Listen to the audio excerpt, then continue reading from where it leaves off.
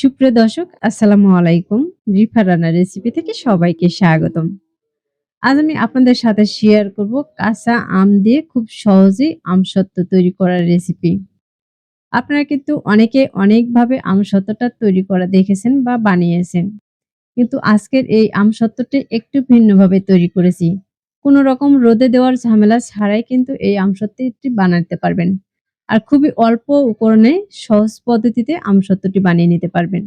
আশা করছি আমার আজকের রেসিপি আপনাদের কাছে অনেক বেশি ভালো লাগবে। আর রেসিপি ভালো লাগলে ভিডিওতে অবশ্যই একটি লাইক দিয়ে শেয়ার করার অনুরোধ রইল। তাহলে আর কথা না বাড়িয়ে চলুন মূল রেসিপিটি একবার দেখে আসি।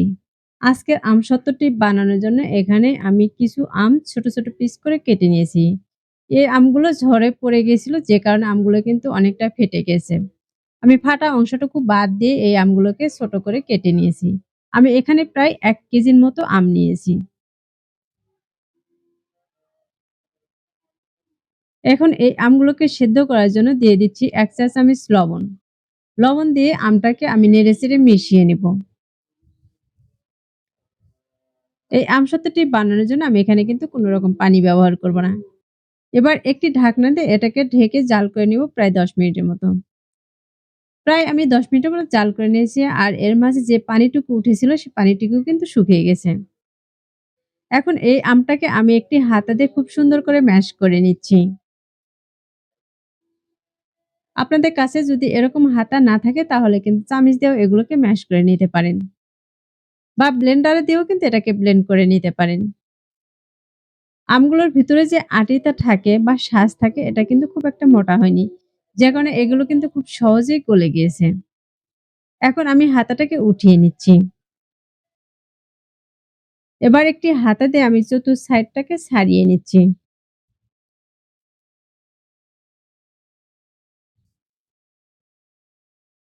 এখন এখান থেকে আমি চামিচ দিয়ে কিছুটা পরিমাণে একটি ছাঁকনিতে নিয়ে নিচ্ছি। আর এই ছাঁকনিটা কিন্তু খুব একটা ছিদ্র বড় না, আবার কিন্তু খুব বেশি ছোট না। মাঝারি রকমের এরকম ছাঁকনি দিয়ে কিন্তু ছেঁকে নিতে হবে। আর উপর থেকে আমি চামিচ দিয়ে কিন্তু ভালোভাবে নেড়ে দিচ্ছি। তাহলে এগুলো কিন্তু খুব সহজেই পড়ে যাবে। আমি সবগুলো আমের পিউরি কিন্তু বের করে নিয়েছি। আর দেখতে পাচ্ছেন এই আমের পিউরিটা কতটুকু ঘন রেখেছি। আমের পিউরিটা যদি ঘন হয় তাহলে কিন্তু এগুলো আর বেশি সময় নিয়ে জাল করতে হবে না। অল্প সময় নিয়ে জাল করলে কিন্তু এই আমটা অনেকটা ঘন হয়ে আসবে। আর এগুলো কিন্তু শুকাতেও খুব বেশি সময় লাগবে না। আমি সবগুলো আমের পিউরি কিন্তু এখানে বের করে নিয়েছি। এখন এগুলো চুলায় দিয়ে দিচ্ছি। চুলায় একটি ফ্রাই প্যান বসিয়ে তার মাঝে আমি এই আমের পিউরি গুলো দিয়ে দিচ্ছি।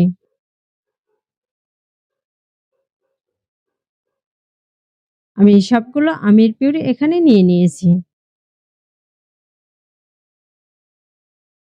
এখন এর মাঝে দিয়ে দিচ্ছি আমি ২ কাপের মতো চিনি। মিষ্টিটা আপনারা আপনাদের পছন্দ অনুযায়ী দিয়ে দিতে পারেন। এবার চিনিটাকে এই আমের সাথে ভালোভাবে নেড়েচেড়ে মিশিয়ে নিতে হবে। আমি আম আর চিনিটাকে খুব ভালোভাবে মিশিয়ে নিচ্ছি।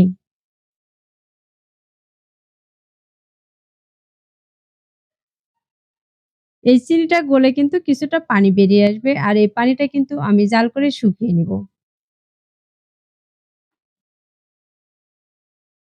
এখন এর মাঝে আমি কিছুটা পরিমাণে ফুড কালার দিয়ে দিচ্ছি। যেহেতু আমি কাঁচা আমের আমসত্ত্ব তৈরি করব যে কারণে এখানে একটু কাঁচা কালারটা আসার জন্য আমি কিছুটা রং দিয়েছি। আপনাদের হাতের কাছে না থাকলে কিন্তু নাও দিতে পারেন। এবার এই ফুড কালারটা কিন্তু খুব ভালোভাবে মিশিয়ে নিতে হবে। আমি কালারটা খুব ভালোভাবে মিশিয়ে নিয়েছি। আর এই আমসত্ত্বটা কতটুকু ঘন রেখেছি তা কিন্তু দেখিয়ে দিব। এখন এর মাঝে দিয়ে দিচ্ছি আমি ৩ টি শুকনো মরিচ। আমি মরিচটাকে ভেজে এরকম করে গুঁড়ো করে নিয়েছি। এবার এই মরিচটাকে আমের সাথে খুব ভালোভাবে মিশিয়ে নিতে হবে। আর এ পর্যায়ে কিন্তু আমগুলো অনেকটা ঘন হয়ে এসেছে। আমি মরিচটা আমের সাথে খুব ভালোভাবে মিশিয়ে নিয়েছি। আর এ পর্যায়ে কিন্তু এই আমগুলোকে আমি দেখিয়ে দিচ্ছি। আমি আমগুলোকে প্রায় ৫ থেকে ৬ মিনিটের মতো মিডিয়াম আঁচে জাল করে নিয়েছি। আর এগুলো দেখতেই পাচ্ছেন এই হাতা থেকে কিন্তু পুরোটা ছেড়ে যাচ্ছে না। হাতার সাথে কিন্তু অনেকটা পরিমাণে লেগে থাকতেছে। এ পর্যায়ে বোঝা যাবে এই আমসত্ত্বগুলো জাল করে নেওয়া হয়ে গেছে। এখন এই আমগুলোকে রোদ্রে দেওয়ার জন্য বা ফ্যানের বাতাসে দেওয়ার জন্য এখানে আমি একটি ট্রে নিয়েছি। ট্রের মাঝে আমি সামান্য পরিমাণে তেল ব্রাশ করে নিচ্ছি। তাহলে কিন্তু এগুলো শুকানোর পরে খুব সহজেই উঠে আসবে। আমি ট্রের চতুর্দিকে খুব সুন্দর করে তেলটাকে লাগিয়ে নিচ্ছি।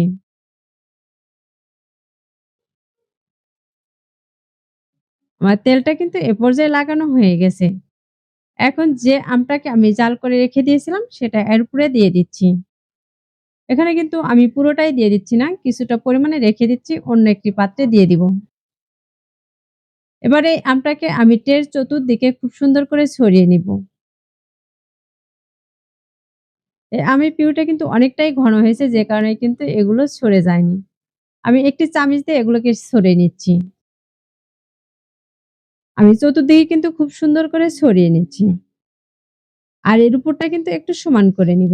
তাহলে এই আমসত্ত্বগুলো কিন্তু দেখতে ভালো লাগবে আর খেতেও ভালো লাগবে। আর যদি সমান করে না নেওয়া হয় তাহলে কিন্তু কিছুটা জায়গা মোটা হবে, আবার কিছুটা জায়গায় কিন্তু পাতলা হয়ে যাবে। আমি চতুর্দিকে কিন্তু খুব সুন্দর করে ছড়িয়ে নিয়েছি। এখন এগুলোকে আরেকটু সমান করার জন্য আমি এই ট্রের ২ পাশে ধরে কিন্তু একটু ঝুঁকে নিচ্ছি। আর একটু ট্যাপ করে দিব। তাহলে কিন্তু চতুর্দিকে খুব সুন্দরভাবে সমান হয়ে যাবে। দেখতে পাচ্ছেন এটাকে আমি কিভাবে ট্যাপ করে নিচ্ছি। এখন এটাকে আমি ২ ঘন্টার জন্য ফ্যানের বাতাসে রেখে দিয়েছিলাম। আর ২ ঘন্টা পর এটাকে আমি দেখিয়ে দিচ্ছি। এটা দেখতেই পাচ্ছেন কতটা শুকিয়ে গেছে। এটা কিন্তু আর হাতের সাথে লেগে যাচ্ছে না। এবার একটি চাকু দিয়ে এগুলোকে আমি ছোট, ছোট পিস করে কেটে নিচ্ছি। আপনারা চাইলে কিন্তু আপনাদের পছন্দের শেপে কিন্তু কেটে নিতে পারেন। এখন চাকু দিয়ে আমি একটু উঠিয়ে নিচ্ছি। আর দেখতেই পাচ্ছেন কত সহজে এটা উঠে এসেছে। আর দুপাশে কিন্তু খুব সুন্দরভাবে সমান হয়েছে। এভাবে যদি আমসত্ত্বগুলো তৈরি করেন তাহলে কিন্তু কেউ বুঝতেই পারবে না যে এই আমসত্ত্বটি আপনি বাসায় তৈরি করেছেন। সবাই মনে করবে এই আমসত্ত্বগুলো আপনি দোকান থেকেই কিনে নিয়ে এসেছেন। এই আমগুলোকে আমি এক, এক করে উঠিয়ে নিচ্ছি। আর এগুলো ওঠানো দেখে কিন্তু বুঝতে পারতেছেন কত সহজে আর সুন্দরভাবে এগুলো উঠে এসেছে। আমি একদিক থেকে এরকম করে মুড়িয়ে নিচ্ছি।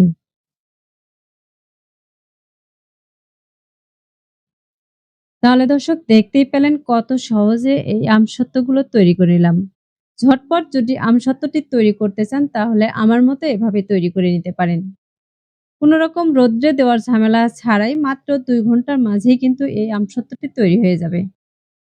আশা করছি প্রতিদিনের মতো আমার আজকের রেসিপি আপনাদের কাছে খুবই ভালো লেগেছে আর সহজও লেগেছে। রেসিপিটি ভালো লাগলে ভিডিওতে অবশ্যই একটি লাইক দিয়ে শেয়ার করার অনুরোধ রইল। আর রেসিপিটি কেমন হয়েছে তা অবশ্যই কমেন্টে লিখে জানাবেন। আমার চ্যানেলটি এখনো সাবস্ক্রাইব করে না থাকলে চ্যানেলটি সাবস্ক্রাইব করার অনুরোধ রইল। পরবর্তী রেসিপি দেখার আমন্ত্রণ জানিয়ে আজকের মতো এখানেই বিদায় নিচ্ছি। সবাই অনেক ভালো থাকবেন, সুস্থ থাকবেন আর আমার নিয়মিত রেসিপির সাথেই থাকবেন। আমার জন্য দোয়া করবেন। আল্লাহ হাফেজ।